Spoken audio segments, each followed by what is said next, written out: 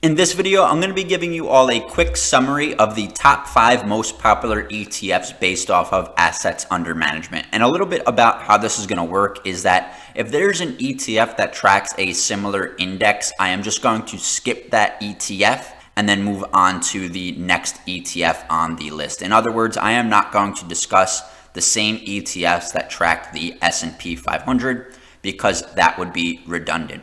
And I'm going to get into it very quickly, but if you do appreciate content like this, give this video a like to get this video out there to a wider audience.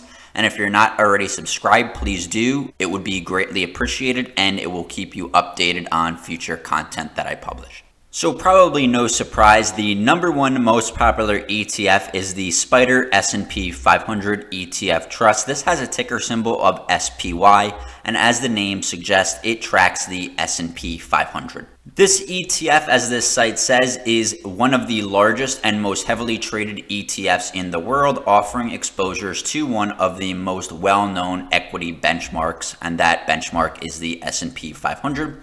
Overall, relatively low expense ratio at 0.09%.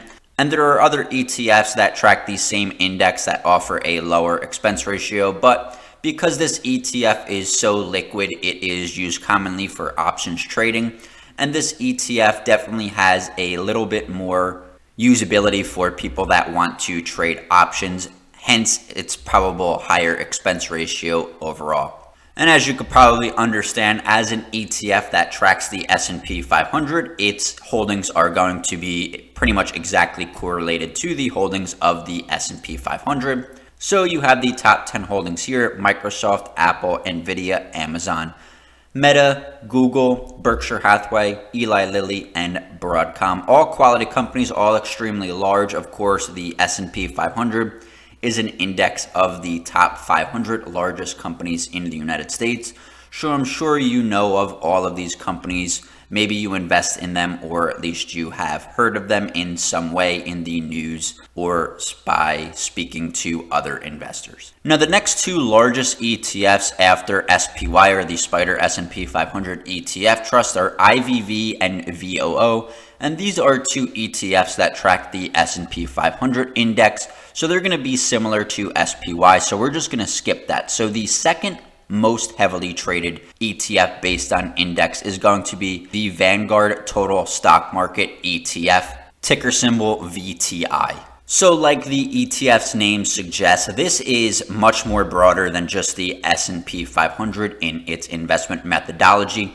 This seeks to track the U.S. stock market as a whole and includes large, mid, small, and micro-cap stocks, unlike the SPY ETF, which focuses on the 500 largest companies. This is going to give a much more broad overview of the United States stock market as a whole. And this ETF does have a relatively low expense ratio, probably one of the lowest out there on the market at 0.03%.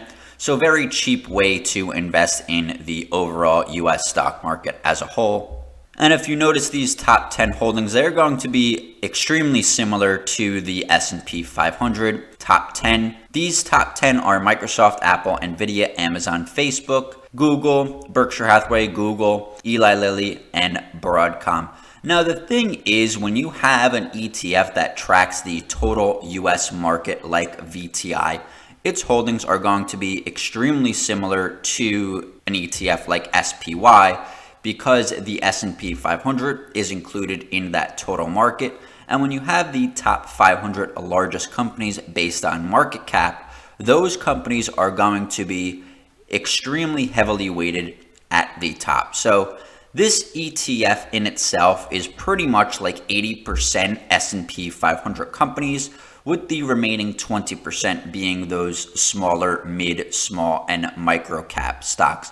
A lot of people don't consider investing in this ETF due to its overall correlation with the S&P 500. They consider the S&P 500 diversified enough with those top 500 largest companies, and they kind of see it redundant or pointless to invest in an ETF that only gives you 20% more diversification and performs pretty much the same. Nonetheless, there is an ETF, which I'm discussing here, that tracks the overall market if you are interested in that, instead of just the vanilla S&P 500. The third most popular ETF there is going to be based on index tracking is QQQ, the Invesco QQQ Trust, and this is an extremely popular ETF for growth overall. Rather simple investment style in itself. So Invesco QQQ ETF tracks the NASDAQ 100 index. So this ETF tracks the top 100 largest companies in the NASDAQ index. And it states it's giving you access to the performance of the 100 largest non-financial companies listed on the NASDAQ. Pretty low expense ratio. Of course, this is going to be quite a bit higher than the S&P 500 ETFs or the total market ETFs. This has an expense ratio of 0.2%, but that expense ratio definitely pays for itself if you look at the historical performance of this ETF.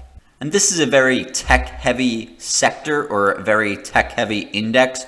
You'll notice pretty much all of these companies are tech companies except Costco itself. You have Microsoft, Apple, Nvidia, Amazon, Broadcom, Meta, Google, Costco, and Tesla.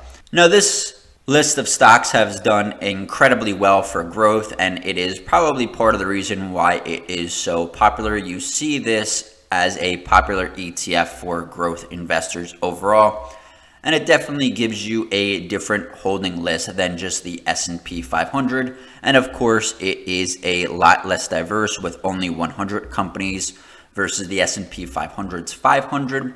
And this is going to have even less sector diversification. I think something like 50 or 60% of this ETF focuses on technology, whereas only 25% of the S&P 500 is technology based. Next up on this list is VEA. This is going to be the fourth most traded ETF based on assets under management.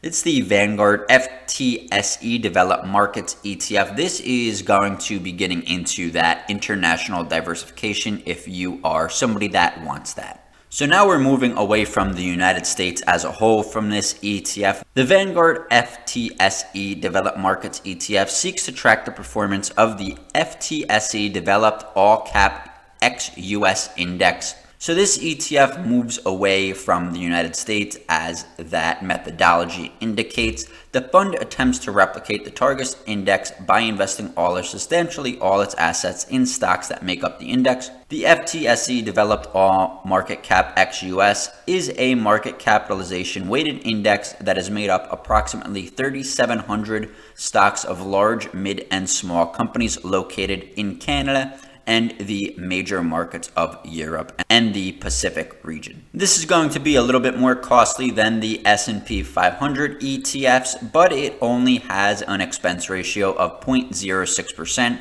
which is pretty low to get that international exposure if you want it. And this is the first ETF on this list where you see holdings that are completely different from the prior ETFs that I spoke about, because those ETFs invested in US-based companies. This ETF, of course, as we just stated, focuses on those European, Canadian, and Pacific companies. So you're going to see Novo Nordisk, ASML Holding, Toyota, Samsung, Nestle, LVMH, Moet Hennessy Louis Vuitton SE, Shell, SAP, Novartis, and AstraZeneca. Some of these stocks I haven't even really heard of, to be honest with you, so I apologize for the pronunciation on them. But this is going to be a very diversified group of stocks located in developed markets outside of the United States. Again, if you are somebody that's looking for that international exposure, then this ETF is definitely a choice that you can make to give you that diversification outside of the United States. And the final ETF on this list is the Vanguard Growth ETF VUG. And as the name suggests, this ETF is designed to track large growth companies. So if you are an investor that really wants growth, this could definitely be a selection for you.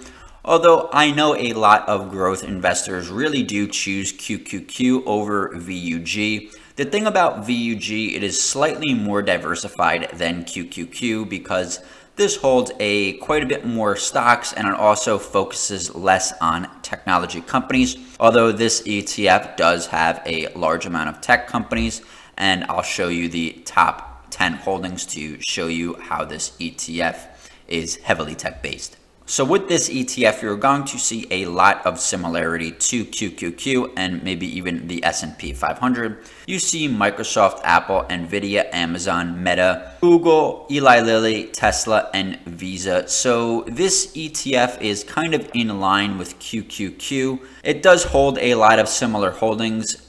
And overall, I would want to say something like 60% of this ETF is roughly correlated to the S&P 500 holdings or QQQ's holdings as a whole. So definitely something to consider if you want to be a more diversified growth investor than just the QQQ. Of course, QQQ just tracks the index of the top 100 largest companies of the NASDAQ itself. So this ETF is a lot more growth orientated than QQQ because that's not really what QQQ is designed to track. It's just designed to track the top 100 largest companies in the NASDAQ, not necessarily growth companies as a whole. So that was a quick summary of the top 5 most traded ETFs based on assets under management. Let me know in the comments section below if you do own any of these ETFs. I know that probably 80% or 90% of people do probably hold one of these ETFs just due to their popularity and what they track as a whole. Remember, if you did appreciate this content, give this video a like to get this video out there to a wider audience. And if you haven't already done so, subscribe for future content. It would be greatly appreciated.